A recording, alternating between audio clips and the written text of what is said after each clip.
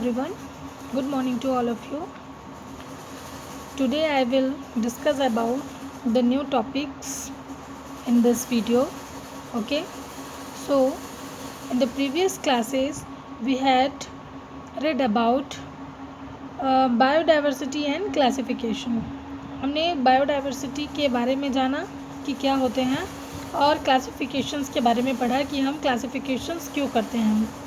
सो आपका वर्क भी बहुत अच्छा था. Very good. मुझे बहुत से स्टूडेंट्स ने अभी तक अपनी नोटबुक नहीं दिखाई है, सो वो जल्दी दिखाए. मुझे आगे भी कुछ वर्क देना है. सो हम अपनी टॉपिक्स को स्टार्ट करते हैं. According to historical accounts we find that over 1,000 years ago, Aristotle had made attempts toward grouping organisms on the basis of their habitat. Thus, he grouped organisms as those of land and water. Means historical account से हमें ये पता चला कि 1,000 years ago, first of all Aristo नाम के एक scientist थे जिन्होंने क्या किया था, अपने फर्स्ट ट्रायल में देखा कि ये ऑर्गेनिज्म को उनके हैबिटेट के बेस पे उनकी ग्रुपिंग कर रहे थे. Habitat, what is habitats? Habitats क्या होता है कि हर एक ऑर्गेनिज्म का एक पार्टिकुलर प्लेस होता है जिन्हें हम हैबिटेट्स कहते हैं. ओके. तो इस बेस पर उन्होंने ऑर्गेनिज्म के क्या किए, लैंड और वाटर जैसे कुछ ग्रुप्स बनाए. Okay, so other attempts had also been made towards grouping or classification, but we had only a few records available regarding the same. Means अरस्तु के बाद क्या हुआ, ऑर्गेनिज्म के क्लासिफिकेशंस के और भी स्ट्रगल हुए जिनके बारे में हम कुछ, जो उनके ट्रायल थे उनके बारे में हमें कुछ आइडेंटिफिकेशंस अवेलेबल हुए. जो भी उन्होंने अपने उसमें किया ट्रायल, उनके बारे में कुछ रिकॉर्ड्स हमें मिले. सो उनको देखते हैं. We find that around the year 1686 John Ray and English naturalist tried to classify plants on the basis of their external structures. Means 1686 में जॉन रे ने क्या कहते हैं कि फर्स्ट ऑफ ऑल प्लांट्स के क्लासिफिकेशंस में प्लांट्स के external structures के बारे में जाना उन्होंने. After John Ray it was Linnaeus how try to classify all plants on earth. Means इन्होंने क्या किया था कि लीनियस नामक के एक साइंटिस्ट थे जिन्होंने दुनिया भर के पूरे वर्ल्ड्स के ऑल प्लांट्स को क्लासिफाइड करने का फर्स्ट ऑफ ऑल ट्राई किया था. His most important contribution is the use of some specific observable character like the present of male and female parts and their number of prepare a simple scheme of classifications. Linnaeus ने सबसे पहले एक work किया जिसमें उन्होंने सबसे पहले क्या किया कि एक फ्लावर्स से उनके मेल और फीमेल पार्ट्स की प्रेजेंसी और उनके नंबर के बेस पर उन्होंने एक सिंपल क्लासिफिकेशंस किया जिनको क्या बोला गया था, it is called a sexual system of classifications. Okay. The description of this system is given in his book Systema Naturae published in the year 1735. इनका एक डिस्क्रिप्शंस था, उनमें 1735 में उनका फर्स्ट पब्लिश्ड एक बुक उन्होंने पब्लिश की जिनकी नेमिंग्स क्या था, सिस्टमा नेचर्स में उनको मिला. Okay. Linnaeus made comparative study of several specimens of plant and animals that he collected. Linnaeus ने क्या किया कि कुछ लिविंग ऑर्गेनिज्म को अपने क्लासिफिकेशंस के लिए, जैसे प्लांट्स और एनिमल्स के कुछ थाउजेंड्स और बहुत से सैम्पल्स उन्होंने क्या किए, कलेक्ट किए. he developed such a scheme of classification where species of plant and animal could be classified separately. उन्होंने क्या किया कि अपनी इस स्टडी में सबसे पहले कुछ क्लासिफिकेशन से पहले कुछ इस तरीके के जो एनिमल्स और प्लांट्स के पूरे ऑल स्पीसीज को डिफरेंट करके उन्हें क्लासिफाइड किया. Okay, the knowledge that Linnaeus acquired about the structure of animal and plants had a great impact on life science. इस तरीके से उन्होंने क्या किया कि जो भी उनको एनिमल्स और प्लांट्स के जो भी उनके शारीरिक जो होते हैं उनके कैरेक्टर्स के बारे में लिनियस ने अपनी जानकारी बढ़ाई. Okay, so according to his scheme the whole living world could be divided into two categories. अपने लिनियस ने अपने इस स्कीम में उन जो भी क्लासिफाइड किया उनको 2 कैटेगरी में डिवाइड किया, जिसमें फर्स्ट कैटेगरी क्या थी, प्लांट्स किंगडम. नाउ सेकंड क्या था, animal kingdoms. Linnaeus first introduce hierarchy in his systems. Linnaeus ने अपने इस जो भी अपने प्रयोग में जो इन्होंने अपने ट्रायल में फर्स्ट किसके बारे में इंट्रोड्यूस किया, हायरार्की. सो आपसे ये पूछा जा सकता है कि what is hierarchy. So organism were arrange on this basic of their character and developed history in the definite sequence of groups. Hierarchy ये एक ऐसा प्रोसेस है जिसमें क्या होता है कि ऑर्गेनिज्म को उनके कैरेक्टर और डेवलपमेंटल के बेस पर एक डेफिनेट सीक्वेंस के अंदर डिफरेंट समूह में उनको अरेंज करना ही क्या कहलाता है, हायरार्की. Okay, so clear. यहाँ पे इनके कुछ एक एग्जांपल्स बताए गए हैं कि क्या होता है इनके कैरेक्टर और डेवलपमेंटल्स के बारे में. अगर हम देखें तो इनको किस तरीके से अरेंज किया. तो यहाँ पे एक मैन का एग्जाम्पल दिया हुआ है जिसमें फर्स्ट अगर आपको ये तरीका आपको अरेंज करना है तो इसमें फर्स्ट आप किंगडम्स के बारे में जानेंगे. किंगडम्स मीन्स होता है जगत. किंगडम्स जो किन के बारे में, ओनली मैन के बारे में पढ़ रहे हैं हम, ह्यूमंस से रिलेटेड. किंगडम्स में आएंगे क्या आएंगे कि इसमें एनिमेलिया. एनिमेलिया में क्या होता है, मल्टी सेलुलर यूकैरियोटिक.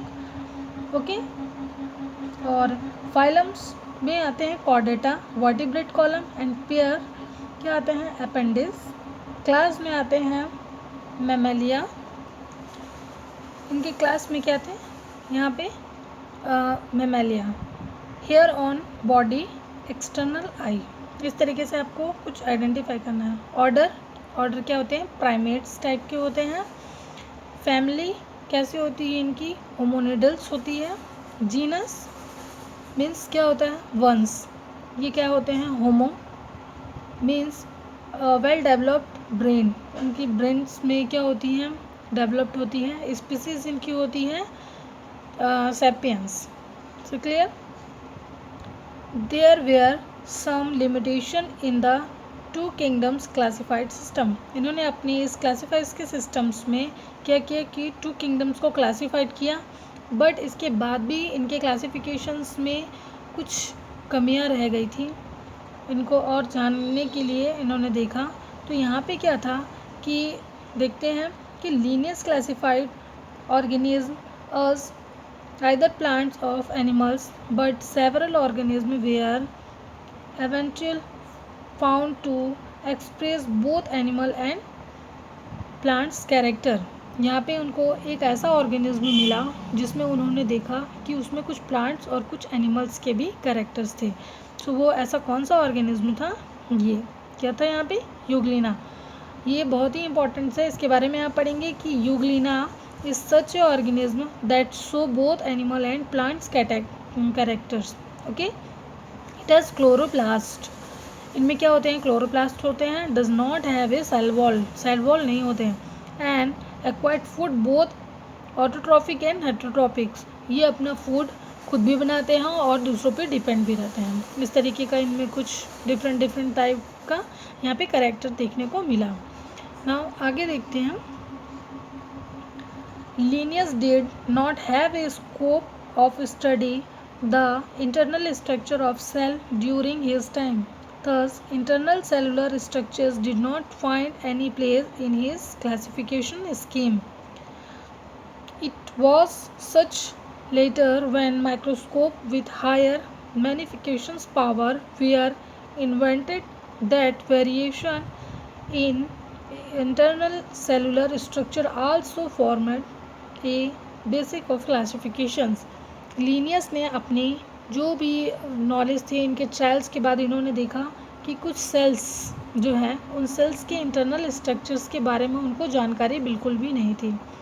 कुछ समय बाद उन्होंने देखा कि उनको माइक्रोस्कोप्स की कुछ मैग्निफिकेशंस पावर वाले उनको कुछ माइक्रोस्कोप के बारे में इवेंट्स हुआ, तो जिससे उनको ऑर्गेनिज्म में डेरिवेशंस का और भी ज़्यादा इंटरेस्ट आया कि अब मैं इनके बारे में स्टडी करूं। तो लिनियस ने क्या किया कि ऑर्गेनिज्म के सेल्स के इंटरनल स्ट्रक्चर्स को अपनी क्लासिफिकेशंस में प्लेस नहीं दे पाए थे, तो उन प्लेस को देने के लिए इन्होंने और भी कुछ किया। वहाँ पे इनके बाद देखा गया कि आगे क्या होता है कि as a knowledge of internal structure of cell increase and new organism discovered, the basic of classification was also modified. Different way of classification started finding way. On such scheme was suggested by R.H. Whitaker in the year 1969. Means जैसे जैसे sales के कुछ internal structures के subject में उनको knowledge हुआ, knowledge बढ़ती गई, इंक्रीज़ हुआ उनका नॉलेज, तो कुछ नए ऑर्गेनिज्म के बारे में भी उनको पता चला। वैसे वैसे वो अपने क्लासिफिकेशंस में क्या किए, कुछ नए बेस और बनाते गए, और साथ ही इन क्लासिफिकेशंस की जो डिस्कवरी हुई इनके बारे में कौन ये क्लासिफाइड किया, R.H. विक्टर ने in the year 1969। Okay, so आगे देखते हैं। Whittaker classified the whole living world into 5 kingdom. His classification was based on the following characters. विक्टर ने अपने इस पूरे ऑल किंगडम्स को 5 किंगडम्स में क्लासिफाइड किया, और इन क्लासिफिकेशंस के कुछ इम्पॉर्टेंट्स बेस थे, जिसमें फर्स्ट क्या था, द एब्सेंस और presence of nuclear membrane. Means prokaryotic and eukaryotics किन ऑर्गेनिज्म में प्रेजेंट थे और किन में एब्सेंट्स थे उनके न्यूक्लियर मेम्ब्रेन्स में। So level of organisation means इनमें यूनिसेलुलर और मल्टीसेलुलर आते हैं। मैंने और process of acquiring nutrition mean autotrophic and heterotrophic, इनके बारे में मैंने आपको नोट्स दिया है। आप ये सारे टॉपिक्स प्रोकैरियोटिक यूकैरियोटिक्स के बारे में आप समझते हैं ये होते क्या हैं, ये मैंने आपको पहले भेज चुका है। अपनी अगले टॉपिक्स में आते हैं। विटकर क्लासिफिकेशंस के बारे में जानते हैं। विटकर क्लासिफिकेशन ने 5 किंगडम क्लासिफाइड किया था, जिसमें first Monera, second kingdom protista, kingdom fungi, kingdom animalia, kingdom Plantae आते हैं। फिर इसी तरीके से कुछ ऑल लिविंग्स ऑर्गेनिज्म हैं ये, इसमें क्या होते हैं कि कुछ प्रोकैरियोटिक यूकैरियोटिक्स होते हैं। प्रोकैरियोटिक्स कैसे होते हैं, ओनली यूनिसेलुलर। इस यूनिसेलुलर में कौन से किंगडम आता है, मोनेरा। इसी तरीके से यहाँ पे कुछ यूकैरियोट जो होते हैं ये कैसे होते हैं, यूनिसेलुलर और मल्टीसेलुलर, इनमें दोनों देखने को मिलते हैं हमको, ठीक है। तो जो यूनिसेलुलर यूकैरियोट्स में आते हैं उसमें क्या आता है, प्रोटिस्टा आता है, ठीक है। आगे यहाँ पे मल्टीसेलुलर में क्या आते हैं, with cell wall, without cell wall. Means क्या होता है, इनमें सेल वॉल होता है, इनमें सेल वॉल नहीं होता है। तो जिनमें सेल वॉल नहीं होता है वो किस में आते हैं, एनिमेलिया में, एनिमल्स में आते हैं। और जिनमें सेल वॉल होता है उसमें क्या क्या आते हैं, प्लांटे आते हैं और फंगी आते हैं। तो जिसमें देखने को मिलेगा कि ये जो प्लांट्स होते हैं ये क्या होते हैं, कैन फोटोसिंथेसाइज, ये फोटोसिंथेसिस के थ्रू अपना फूड्स बनाते हैं, कैन नॉट फोटोसिंथेसाइज, इनमें फोटोसिंथेसिस की कोई भी प्रोसेस नहीं होते हैं। हम अपने इस किंगडम्स में फर्स्ट किंगडम्स के बारे में पढ़ते हैं। यहाँ पे हमारा फर्स्ट किंगडम क्या था, किंगडम मोनेरा। इसके फर्स्ट टॉपिक क्या है कि unicellular organism that lack a nuclear membrane और a prokaryotes are classified under this kingdoms. Means यहाँ पे जो भी आते हैं मोनेरा किंगडम्स के अंदर। सभी यूनिसेलुलर और यूनिसेलुलर टाइप्स के जो भी होते हैं न्यूक्लियर्स, ये प्रोकैरियोट्स सेल्स वाले ऑर्गेनिज्म होते हैं। सो हमारी दूसरी टॉपिक्स क्या थी? ऑर्गेनिज्म में बी ऑटोट्रॉफिक एंड हेटरोट्रॉफिक। ये वाले जो ऑर्गेनिज्म होते हैं ये ऑटोट्रॉफिक और हेटरोट्रॉफिक जो होते हैं इन, ठीक है, ऑटोट्रॉफिक हेटरोट्रॉफिक दोनों होते हैं। Cell wall is present around the cell membranes. इनकी जो सेल मेम्ब्रेन्स के सराउंडिंग क्या होती है? सेल वॉल प्रेजेंट होती है।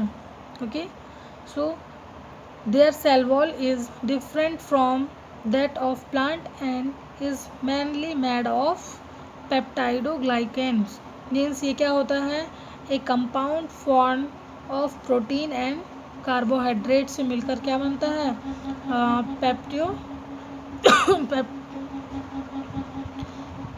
पेप्टियोडाइग्लाइकेन्स बनता है।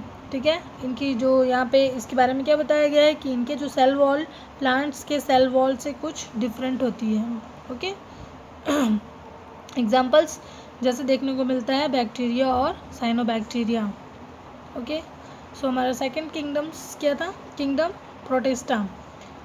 First, all organism of this kingdom are unicellular with nuclear membrane around the nucleus or eukaryote cells। यहाँ पे ये जो प्रोटिस्टा किंगडम्स के ऑल ऑर्गेनिज्म जो होते हैं ये यूनिसेलुलर होते हैं और न्यूक्लियर मेम्ब्रेन्स जो होती हैं यानी इनकी जो यूकैरियोटिक सेल्स वाले होते हैं। Organism can be both autotrophic and heterotrophic. ये जो इन किंगडम्स में ऑटोट्रॉफिक और हेटरोट्रॉफिक दोनों टाइप्स के ऑर्गेनिज्म हमको देखने को मिल सकते हैं। All the life process are carried out within the cells. Means इनकी जो लाइफ में ऑल प्रोसेस एक ही सेल से क्या होती है? एक ही सेल से कैरी होती है। एग्जाम्पल्स अगर देखें तो ये किस तरीके के ऑर्गेनिज्म देखने को मिलती है? अमीबा, पैरामीशियम, एंटामीबा, यूग्लिना में ये सारी चीज़ें देखने को मिलती हैं। ठीक है, तो हमारी थर्ड किंगडम्स क्या है? सो थर्ड क्या है? Kingdom fungi. किंगडम फंगी के बारे में हम जानते हैं तो most fungi are filamentous. Okay, ये सभी फंगी कैसे होते हैं? फिलामेंटस होते हैं। They from network of filaments that are called mycelium. ये जो भी होते हैं फिलामेंट्स ये एक जाल के जैसे होते हैं, नेटवर्क बनाते हैं जिसे फंगी जिसे हम क्या बोल सकते हैं? एक फंगी नेटवर्क बोल सकते हैं या फिर इसे क्या बोल सकते हैं? माइसीलियम के नाम से भी जानते हैं। अगर आपसे क्वेश्चन आता है व्हाट इज़ माइसीलियम तो आप ये बताएंगे, याद रखेंगे इसे। Organism of this kingdom are heterotrophic, unicellular और मल्टीसेलुलर यूकैरियोटिक फॉर्म। इस जो होते हैं इस किंगडम्स की जो भी ऑर्गेनिज्म होते हैं वो कैसे होते हैं? यूनिसेलुलर भी होते हैं, मल्टीसेलुलर भी होते हैं, यूकैरियोटिक्स फॉर्म में भी होते हैं और हेटरोट्रॉफिक्स फॉर्म में भी होते हैं। Now chloroplast are absence is in their cells. इस टाइप के जो ऑर्गेनिज्म के सेल्स में क्लोरोप्लास्ट क्या होते हैं? एब्सेंट्स होते हैं। और एग्जांपल्स अगर आप देखते हैं तो यहाँ पे म्यूकर, यीस्ट जो होते हैं और ये सारे ये जो मशरूम्स आपने नाम सुना ही है मशरूम्स, ये सारे क्या हैं? फंगी के कुछ एग्जांपल्स हैं। यहाँ पे बहुत ही कुछ एक मेन टॉपिक्स है, जैसे आपसे फंगी पूछा जा सकता है कि क्या होता है। तो यहाँ पे आप देखिए, some filamentous hair like structure on rotting breads in shoes during rainy season और sometime over pickles. These structures are fungi. क्या होता है कि कुछ आप देखे होंगे कि कभी कभी ब्रेड पर या बारिश के दिनों पर हमारे जो भी होते हैं शूज़ वगैरह उनमें कभी कभी या फिर कभी पिकल्स वगैरह में देखे होंगे कि कुछ जाल जैसे हो जाते हैं, नेटवर्किंग जैसे बन जाते हैं, तो उसे हम क्या बोलते हैं? एक फंगी कहते हैं।